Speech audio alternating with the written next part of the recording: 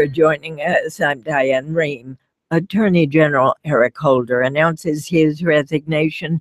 Pressure mounts on Congress to pass a new authorization for strikes against ISIS, and a White House breach prompts a review of Secret Service protocol. Joining me for the domestic hour of the Friday News Roundup, Reed Wilson of the Washington Post, Susan Page of USA Today, and Olivier Knox of Yahoo News. I invite you to be part of the program. You can give us a call at 800-433-8850. Send us an email to drshow@wamu.org. Follow us on Facebook or send us a tweet. You can also see the program during this first hour of the Friday News Roundup as we are video streaming the entire hour. And welcome to all of you. Thanks for having us. Good morning. Hi, Diane. Good to see you. Olivier Knox, Eric Holder resigns. Not entirely unexpected. Not entirely unexpected. He actually told the New Yorker in January or February of this year that he would stay in office well into 2014, but that obviously set kind of a timetable for him to announce his departure. Not a total surprise. One of President Obama's closest friends, one of his most long-serving advisors. So it wasn't a surprise, but it was still a bit of a blow to a president who's still trying to get his second term back on its feet. And Susan, you served on a media committee with the Department of Justice. You know, that one of the things that Eric Holder has dealt with is really alarm among a lot of journalists over the Department of Justice practices toward journalists. This administration has launched more leak investigations than all previous administrations put together. James Risen from the New York Times still has the threat of going to jail for his refusal to name his source on a story he did regarding Iran. And one of the things that in the wake of all this criticism, one of the things that Eric Holder did was form a group of about 8 journalists to meet with him and talk about these issues. We don't have any power, but I think it's while I disagree with some of the practices the Justice Department has taken toward journalists, I appreciate the fact that he was willing to convene this group. We've been meeting at the Justice Department with him and with other officials, and to try to address some of the concerns. How many of you? There are about 8 journalists on this committee and 2 media lawyers. Mm-hmm. And Reed Wilson, why now? There's some talk he had health problems. Yeah, apparently his wife, who's a physician, was worried about his a recent health scare. There wasn't a lot of detail about what that would have been, but there's also a political reality, and the political reality is Democrats control the Senate now. They might not control the Senate in 4 months when the next Congress convenes. This gives the White House an opportunity to put forward a new nominee, and the short list is already out, to put forward a new nominee, to hold the necessary confirmation hearings in a lame duck session after the election, and then perhaps to vote on the confirmation when Democrats still have the majority. But is he really going to be able to get a vote?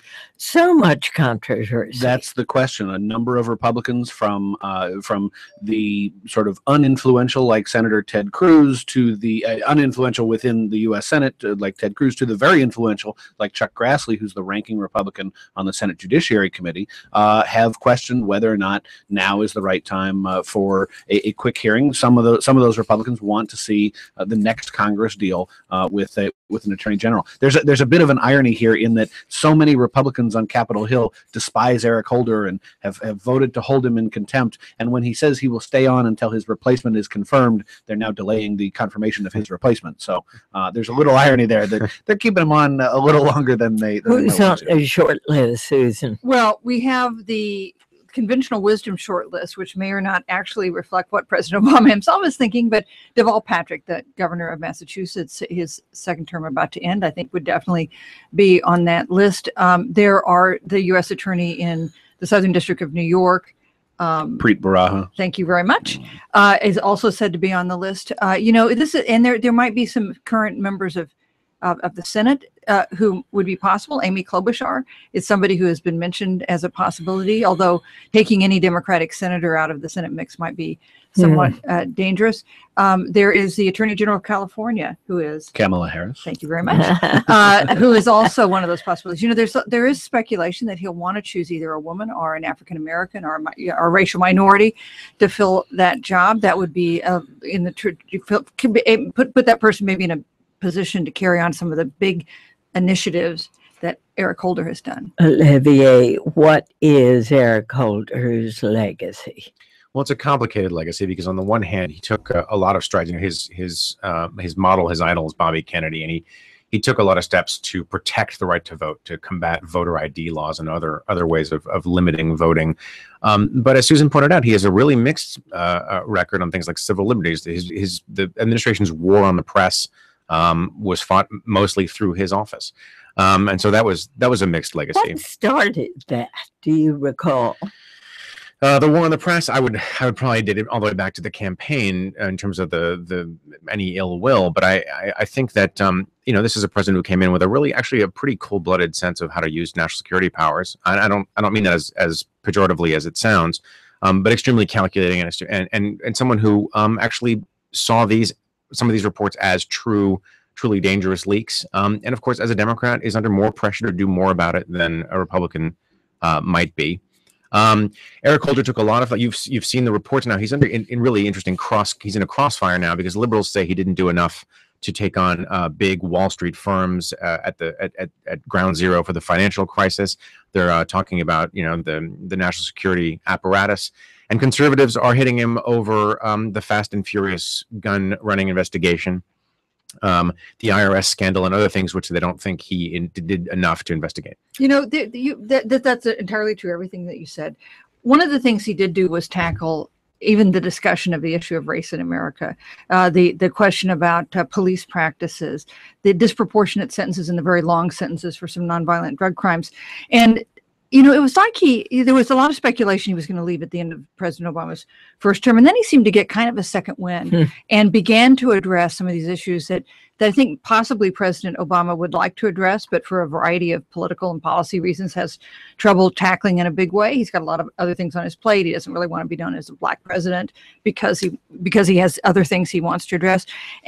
And that is, I think, going to be a big part of Eric Holder's legacy. So how likely is it, Reed Wilson, that we are going to get another confirmed Attorney General? I think before the next election. I think it's more likely than not. I think that it will be a relatively, especially if some of the people on the short list have been confirmed by the Senate before by very wide margins, whether it's Tom Perez, the Secretary of Labor, Janet Napolitano, the former DHS secretary who's now the president of the University of California system. She's sort of a long shot. A number of U.S. attorneys, Susan mentioned Preet Bharara. There are a couple others around the country, one in Eastern New York, one here in Washington, D.C., who are sort of on that list.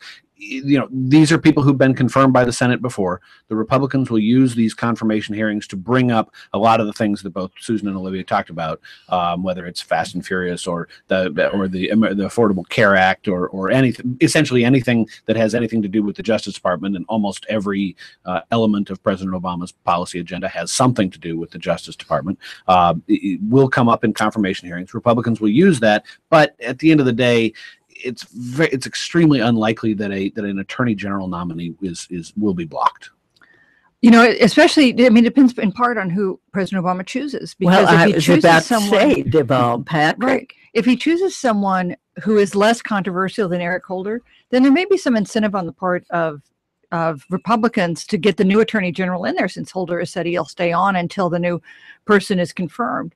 And the new rules that the Senate is following makes it a little easier to get it done with just Democratic votes, because you don't have the filibuster possibility against this confirmation, right? You only need a majority vote. So I think it's, you know, I think that somebody will get confirmed. And in part, it was shrewd of the administration to make it clear that you don't confirm the new guy, you're stuck with the old guy with whom we've had so many problems. How high on the list is Deval Patrick? He took himself out of the running yesterday. He made very clear he's going to go back to the private sector. I mean, I think he'll still get some pressure to play a role, but he very clearly knew this was coming. He's got a long relationship with the president and a long relationship with the attorney general as well. But I wouldn't expect him to be the hard job to turn down. Yeah, it is. Right. I think that's the challenge when the president puts the offer in your hand. How easy it is to turn down. We also know that Kamala Harris. California Democrats are saying no way because they want her down the line to run for Senate or some other high office or governor. And so they don't want to put her in a position where she might get locked into these bruising battles in Washington, D.C. But it would be really interesting to see. I mean, a lot of these predictions are, I think, rooted in part in our interest in seeing, wow, what would happen if he nominated. I mean, I have a little fantasy that he nominates Bill Clinton, but just purely for the interest, purely for the resulting news story. But I think, I think that the odds-on favorite is another dangerous game because this is a president who really likes to surprise us with his picks. You think? Oh, yeah. All right. And there's pressure on Congress in another way, and that is for new authorization for the use of military force as we began dropping bombs on Syria this week, Reed. And this is a debate that is likely to happen, likely to dominate the lame duck session. There are, Democrats and Republicans aren't exactly divided down partisan lines on this. House Minority Leader Nancy Pelosi voted in favor of allowing the president at least some leeway in bombing Syria to begin with. So there aren't really partisan lines here. Reed Wilson at the Washington Post. He writes the political tip sheet called Read In. Short break here, and I'll look forward to hearing from you when we come back.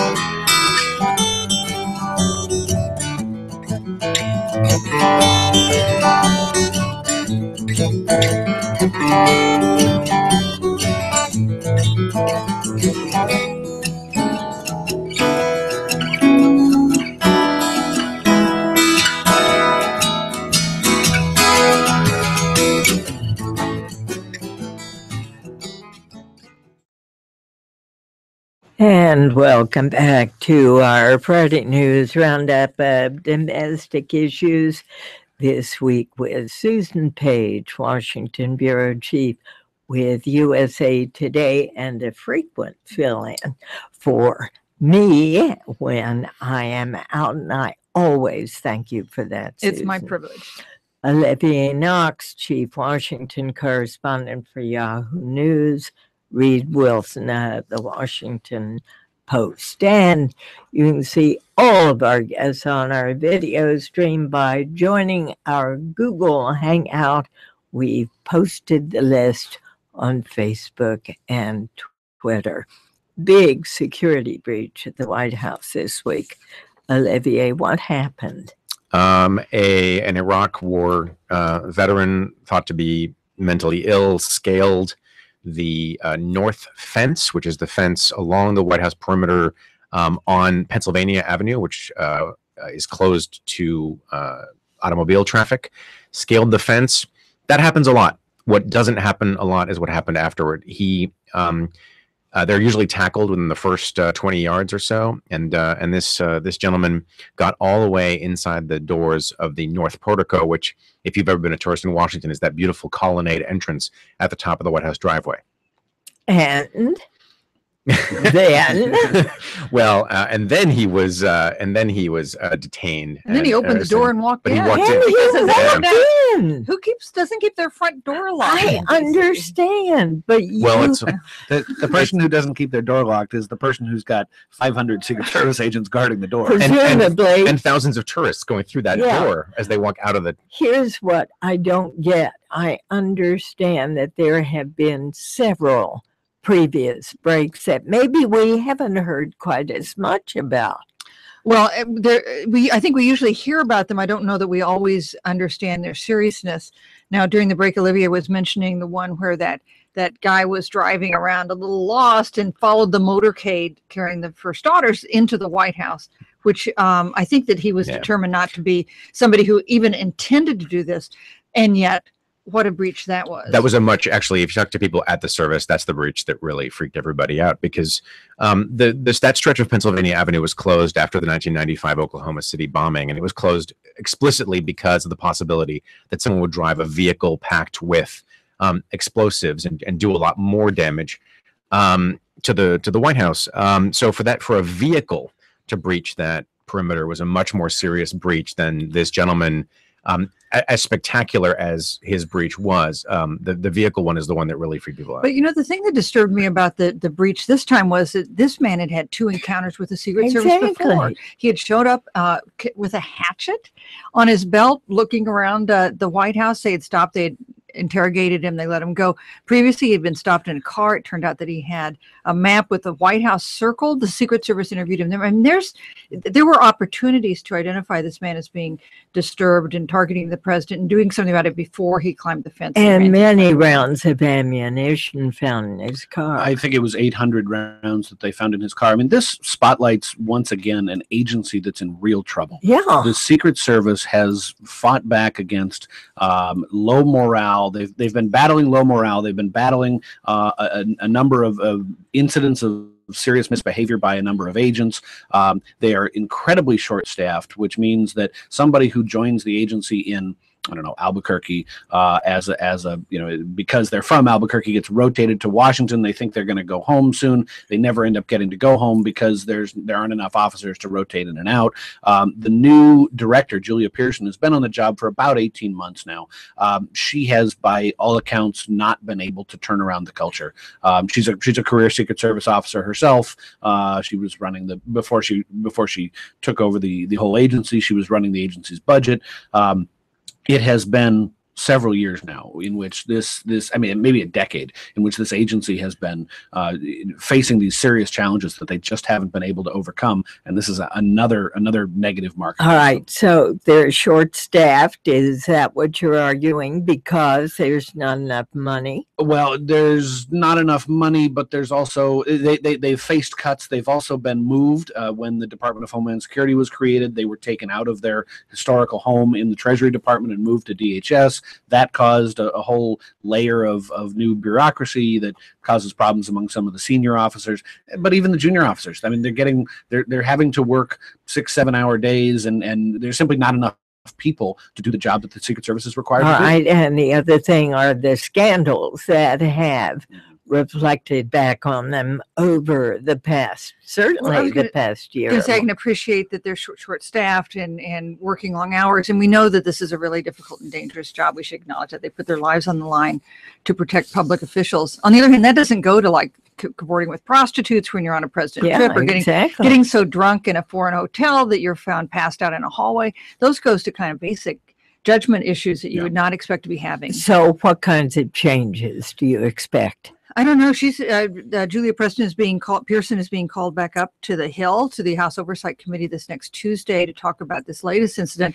I mean, there is congressional oversight of this, and you've got to assume that President and Mrs. Obama are first on the list of those concerned about how things are going. Yeah, and of course they happen to luckily be away when this gentleman simply walked in the door. I want to go back, Olivier, to this authorization for the use of military force. Do you expect the Congress to act on this in lame duck session? I don't expect them to. John Boehner said in an interview with the New York Times the other day that maybe the better time would be when they come back in January. But as you hear all these calls from folks for a vote, people who say we really should be debating this and voting on it, we really should vote on it. Here's the thing. The War Powers Act of 1973 basically makes it possible for any member of Congress to force a vote on this. So all this posturing about we want to vote, they could actually go right directly to the War Powers Act. They could submit two kinds of resolution, one, a declaration of war, the other, a declaration requiring the president to withdraw American forces from harm's way. That triggers a calendar under the law that requires committees of jurisdiction to take it up in Congress. And basically you set up a vote. It happened in the 1990s. So I get a little impatient with some of the folks who get in front of the cameras and say, gosh, we really need to have a vote. Well, member of Congress, you could force one if you wanted to. So what are you saying, that they are talking out of both sides of their mouth? Well, I mean, the alternative is that they just don't know what the law says, which I suppose is possible. But it's a delicate balance, obviously, on Capitol Hill, because you don't, even though this could basically circumvent the leader's will and in some ways short circuit the committee process, because it requires all these actions. You don't want to make the leader angry unnecessarily. But if you're going to get before the cameras and say that a vote on this years-long military campaign, uncertain definition of victory and the rest of it, which I think is a worthy argument, then it probably behooves you to look at all the tools in your toolkit and realize that you actually could force a vote. You know, it's certainly true. There are people trying to make politics out of this, right? Stunningly, here in Washington, as we head into an election year. You know, there's one person I think I would point out as trying to foster a very honest debate about it, and that's Senator Kaine from Virginia, who has stood up and given a series of speeches, including a speech that he gave this week, talking about how important it is to have a vote on this and a debate on this, and how dishonest it is to be relying on the use of force authorization that was passed in the wake of the 9/11 attacks to stretch that to cover this. And I would, you know, he's a person who is not only a Democratic senator, former chairman of the DNC, close to President Obama, you know, has a relationship with President Obama.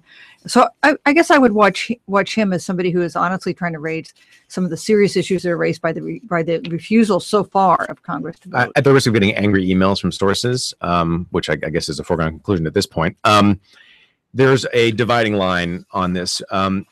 Senator Kaine and a few others, Adam Schiff, a Democrat from California, and a few others were calling for a vote on this before the president said he did not need Congress authorization and wasn't going to ask for it. Okay, for me, that's the dividing line. People, this policy has been telegraphed since mid-June at the latest. The people who were saying from, say, June 19th, when the president laid it out, gee, we really should have a vote on it, people like Tim Kaine, people like Adam Schiff and others, those folks have been doing that before it was clear that there would be consequences for that call.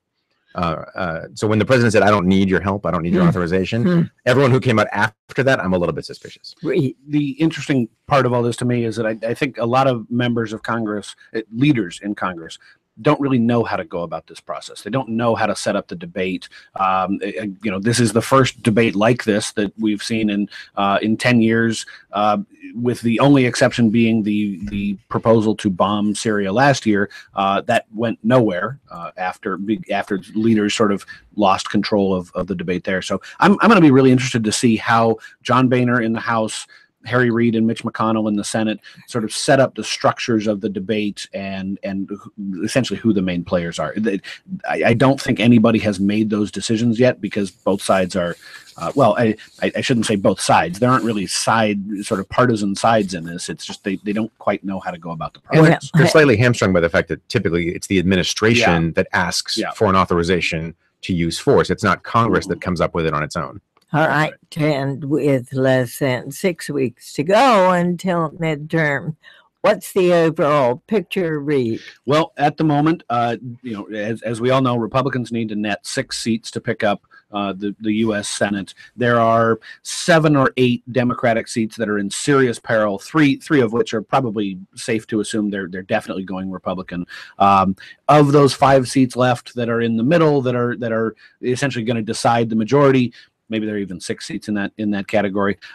Republicans are looking better and better. The Republican chances are improving because President Obama's approval rating is so low.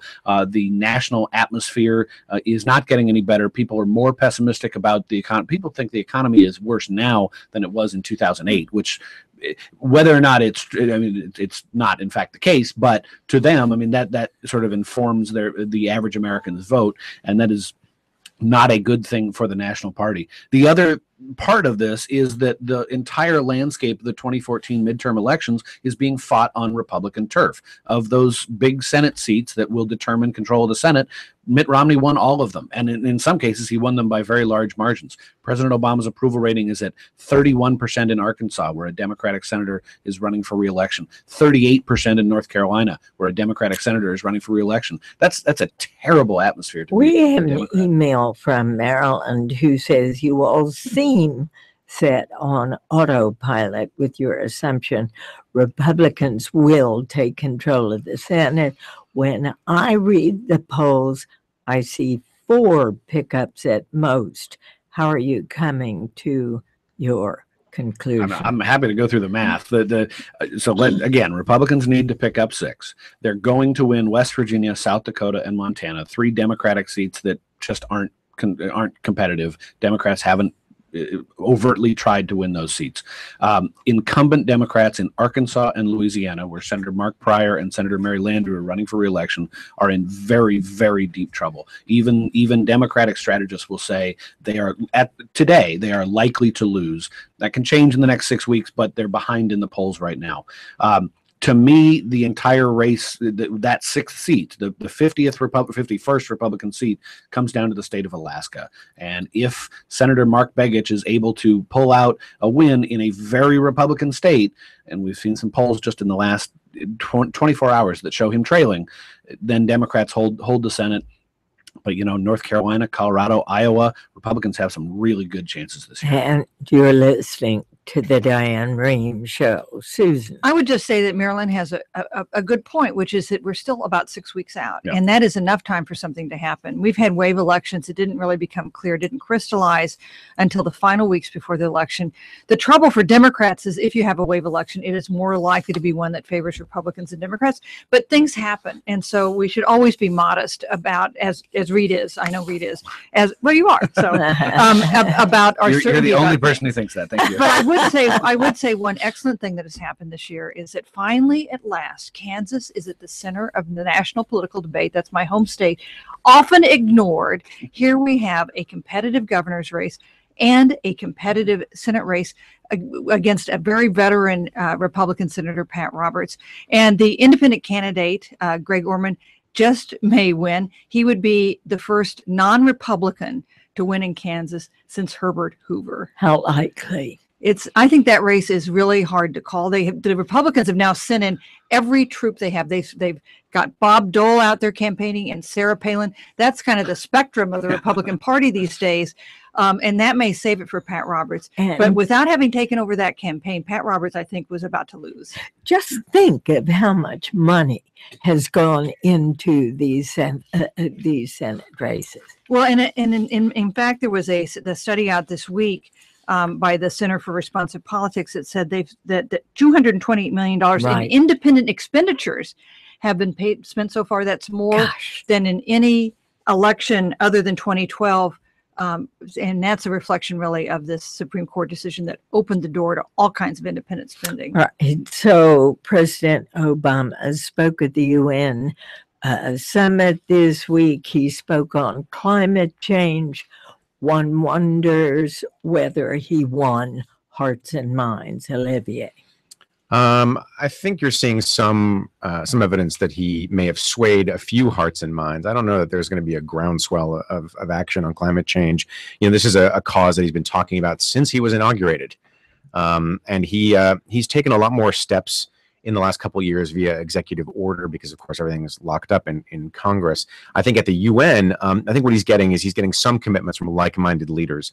But among the big challenges are, of course, trying to get very large, growing, developing economies like China and like India to sign on to this sort of thing? I mean, these are steps that would likely, at least in the short term, slow down their growth. Who did not send their presidents to that UN summit? Well, the president's meeting is going to be meeting shortly with the Prime Minister Modi of India. So they'll have a chance to discuss this problem and others face to face. But, you know, everyone is looking to the United States to lead on this, even though the United States' share of carbon emissions has dropped relative to other economies. Well, in fact, it greatly strengthened, I think, the president's hand in his speech that he was able to point to his own executive initiative that is aimed at cutting carbon emissions here by 17% by 2020. You know, previously he's had to talk about this as, I'm going to push this in Congress. You know, this year he finally gave up on that and did some action through the Environmental Protection Agency. And that gave him something to say, we're taking this step. He promised to put out another plan next year that will go even further. And that gave the United States the credibility to lecture China, for instance. Susan Page of USA Today. And we're going to take a short break here, but if you're joining us, you can also watch live on Google Hangout. We posted the list on Facebook and Twitter. Stay with us.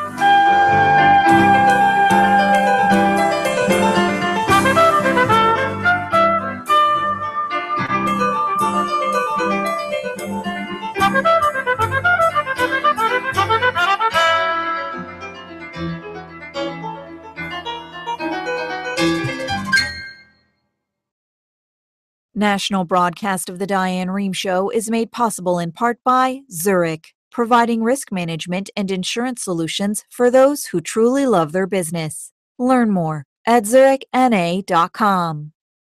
By Progressive Insurance, with its Apron Project, celebrating progress and the people who make it happen. By TiVo, delivering cable TV, on-demand, and streaming content from Netflix and Hulu Plus from a single device. Learn more at TiVo.com. And by the Corporation for Public Broadcasting. This is NPR. On the next Diane Rehm Show, the Friday News Roundup. U.S.-led airstrikes hit Syrian oil refineries held by ISIS. At the UN, President Obama calls for global unity in the fight against Islamic extremism. And India becomes the first Asian nation to reach Mars. The Diane Rehm Show, next hour.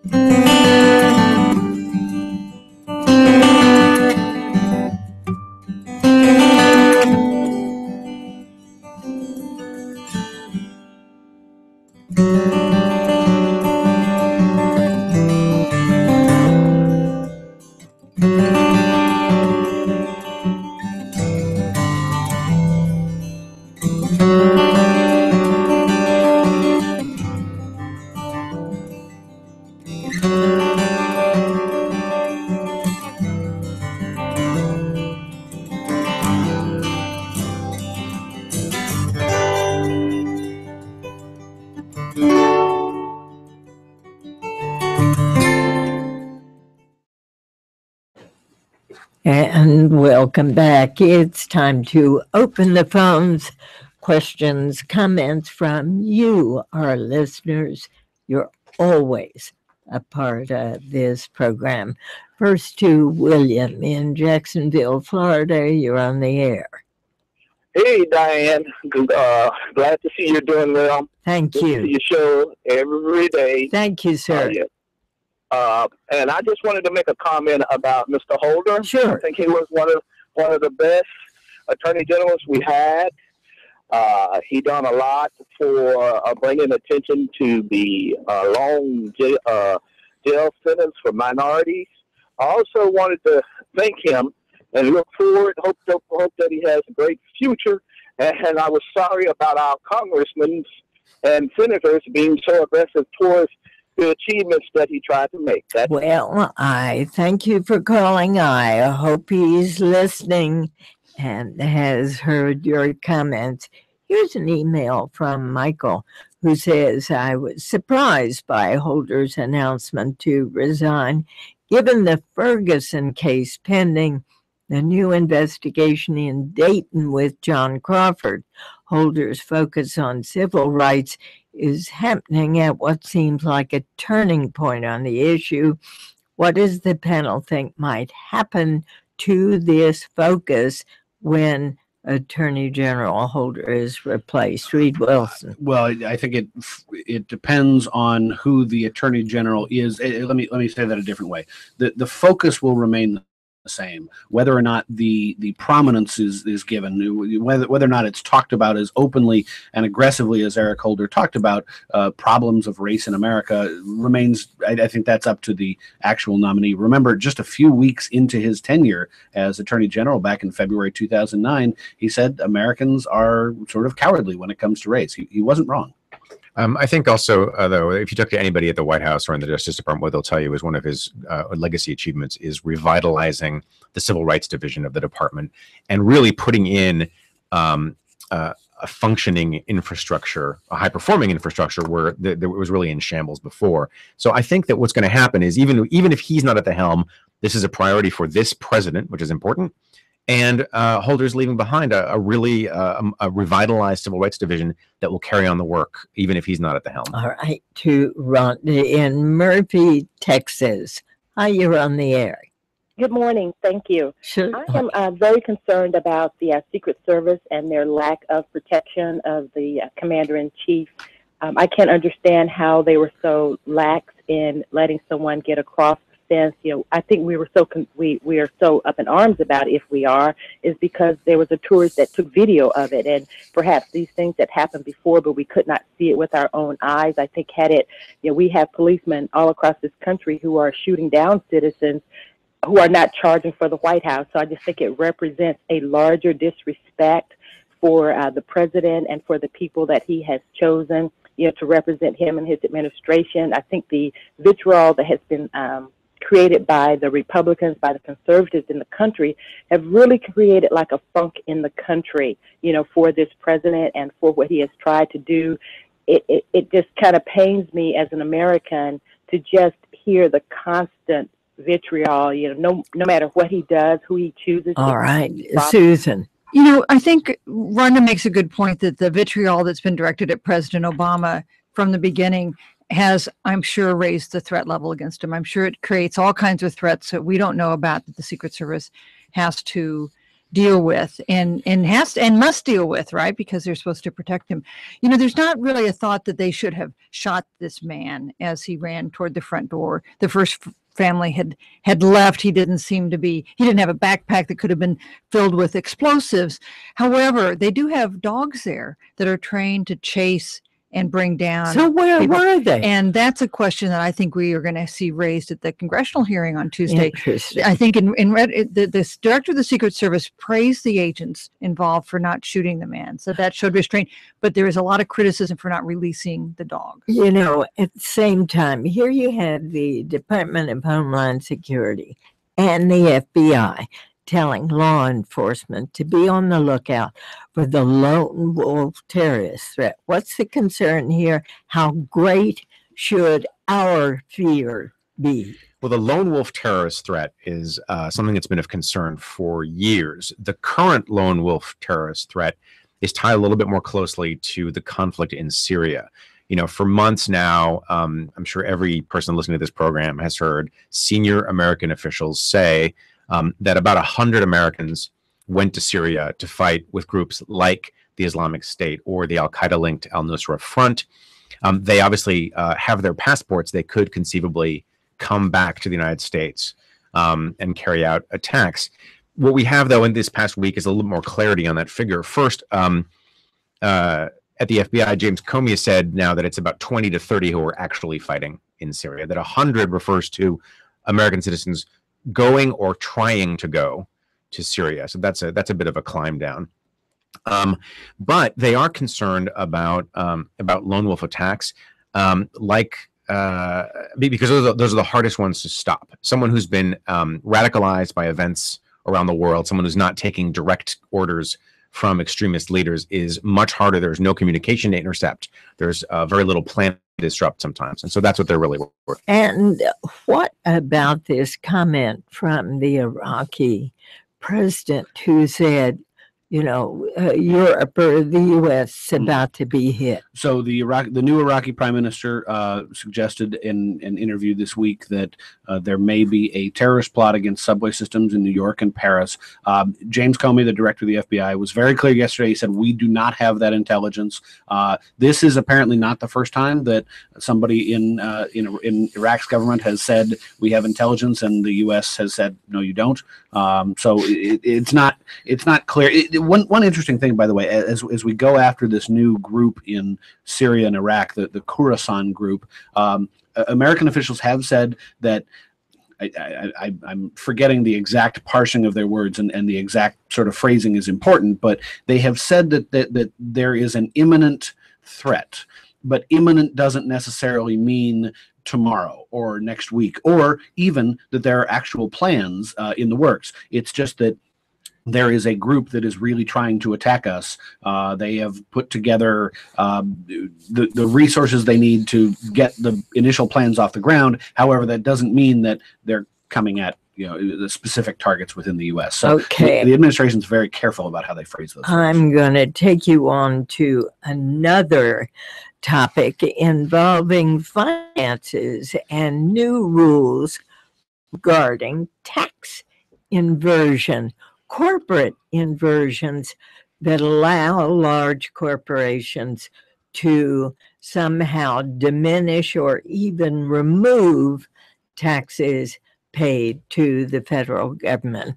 Susan. And this has been something that's really outraged a lot of Americans. The idea that American companies merge with a foreign company, and one of the big purposes is to evade U.S. taxes by doing so. So there's the people in Congress are up in arms about it, but Congress has been unable to actually do anything about it. They seem paralyzed even on issues on which there is broad agreement. So this week we had the Treasury Secretary, Jacob Lew, announce rules doing what you could do by executive action to make it less profitable, less beneficial to American companies to do this. So are these rules going to work? Well, people who know more about this topic than I do say that they'll do something, but not everything, and that it's sort of like the issue of global warming. There are some things you can do by executive action, but to take the most far-reaching steps that would do the most to make this not something attractive to U.S. companies would take an action of Congress. All right, let's go to, Eric in Charlotte, North Carolina. You're on the air. Thanks for taking my call, Diane. Sure. I can't for the life of me figure out why it is that the Democrats are distancing themselves in the midterm elections, while some of the Democratic candidates are trying to distance themselves from Obama. Whatever metrics you use to judge by how things are going in the United States, he's doing well. If you're in the top 50% economically in America, you're going like gangbusters. If you're in the bottom 50%, he's doing everything he can. He's trying to preserve the Affordable Care Act. He's trying to raise the minimum wage, close loopholes on the tax loopholes on the wealthy, and lower the cost of education. So no matter what strata you're in economically, he's either doing a good job or trying to do the right thing. And then from foreign policy, he's got a lot of fires that I think he's doing a very good job in putting out. Sounds as though you're a great supporter of President Obama, Susan. Eric, we have the White House online too. They'd like to get your last name, your phone number, because this is an argument people at the White House would make, but it is not an argument that is working well in the states where we have the most competitive races. I think a lot of these folks in these tough Senate races are distancing themselves from the president because they, by themselves, without the president on the ballot, cannot recreate the coalition that swept him into office in 2008, 6 years ago, the length of a senator's term. All right, to Joanna in Sutton, New Hampshire. You're on the air.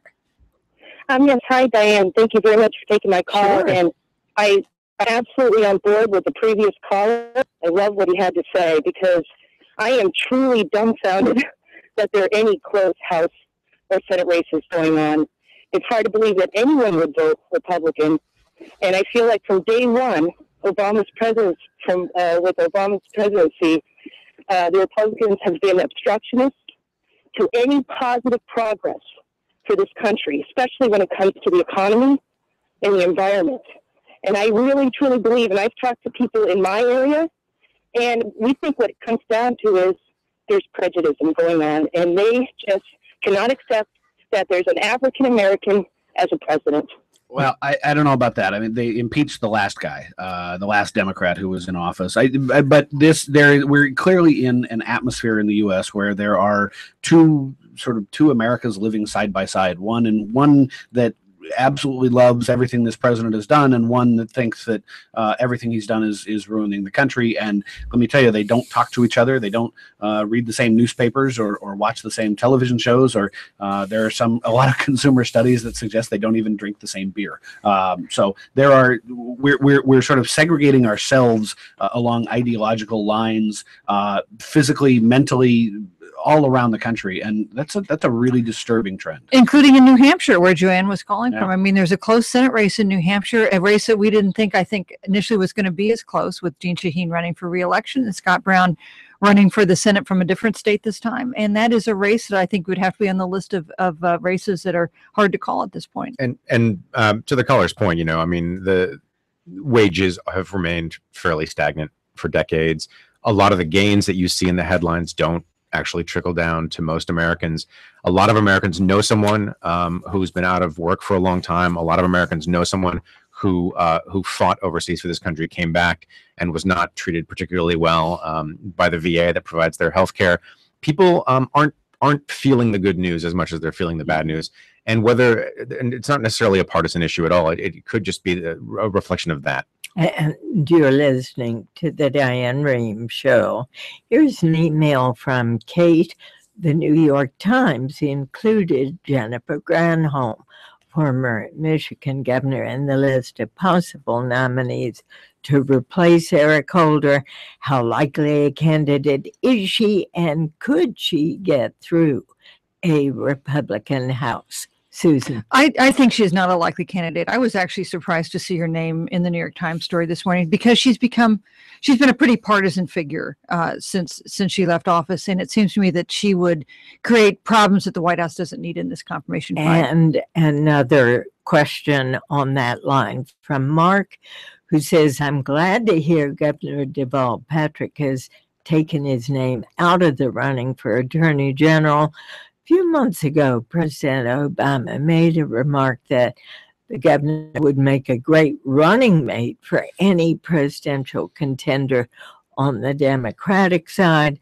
I'd love to see him as a vice president, perhaps even a president someday. Well, he has ruled out being an attorney general. He has pointedly not ruled out running for president at some time in the future. I would point out that his consultant, his sort of main political advisor, is a guy named David Axelrod, who had something to do with President Obama getting elected in the first place. And I believe his first gubernatorial campaign was managed by David Plouffe, who was President Obama's campaign manager the first time around too. But back to the AG thing for a second, we haven't actually mentioned, I think the person that consensus would suggest is the leading candidate to replace Eric Holder, and that's Donald Verrilli, the Solicitor General of the United States, the guy who argued in favor of the Affordable Care Act in front of the Supreme Court. A lot of early suspects believe that he's the front runner. How easy would confirmation be for him? The Solicitor General is confirmed, isn't it? Isn't he? I think that I believe he is. I believe the already. Solicitor General is a confirmed position. I'm not 100% certain on that, but if it is, then he's been confirmed before. I think he would be a classic example of what Reed was talking about earlier, about this confirmation process being essentially a referendum on everything that the Justice Department touches, and he would be tied quite closely. He argued successfully in favor of Obamacare's constitutionality. I think there's no way that Republicans would shy away from revisiting that discussion. Huh. All right. It looks as though we got another long few months ahead. And the Obama administration making a shift in its nuclear strategy, spending billions of dollars to modernize U.S. nuclear facility. You know, this was something I wasn't really aware of until I read a story in the New York Times this week by William Broad and David Sanger. David Sanger, of course, a friend of the Diane Rehm Show, often on the second hour of the News Roundup. And it talked about the fact that this administration has embarked on a large-scale modernization for our nuclear weapons arsenal, originally with the idea that this would help facilitate reducing nuclear arms around the world. It helped negotiations to reduce those levels. It hasn't worked that way. We're modernizing our nuclear arsenal for a variety of geostrategic and other reasons. Negotiating real reductions in nuclear weaponry haven't worked. So we're going to have we're going to have a more modern nuclear stores, and it's going to be easier for a future president who wants to increase the levels of nuclear arms to do so. Susan Page of USA Today, Olivier Knox of Yahoo News, Reed Wilson of The Washington Post. Thank you all so much. Thank you. Thanks, Have a Diane. great weekend, everybody, and thanks for listening. I'm Diane Rehm. The Diane Rehm Show is produced by Sandra Pinkert, Denise Couture, Susan Casey, Rebecca Kaufman, Lisa Dunn, Danielle Knight, Allison Brody, and Alexandra Botti. The engineer is Toby Schreiner. Natalie Urlifker answers the phones. Visit drshow.org for audio archives, transcripts, and podcasts. Call 202-885-1200 for more information. Our email address is drshow@wamu.org. And we're on Facebook and Twitter. This program comes to you from American University in Washington, D.C. This is NPR.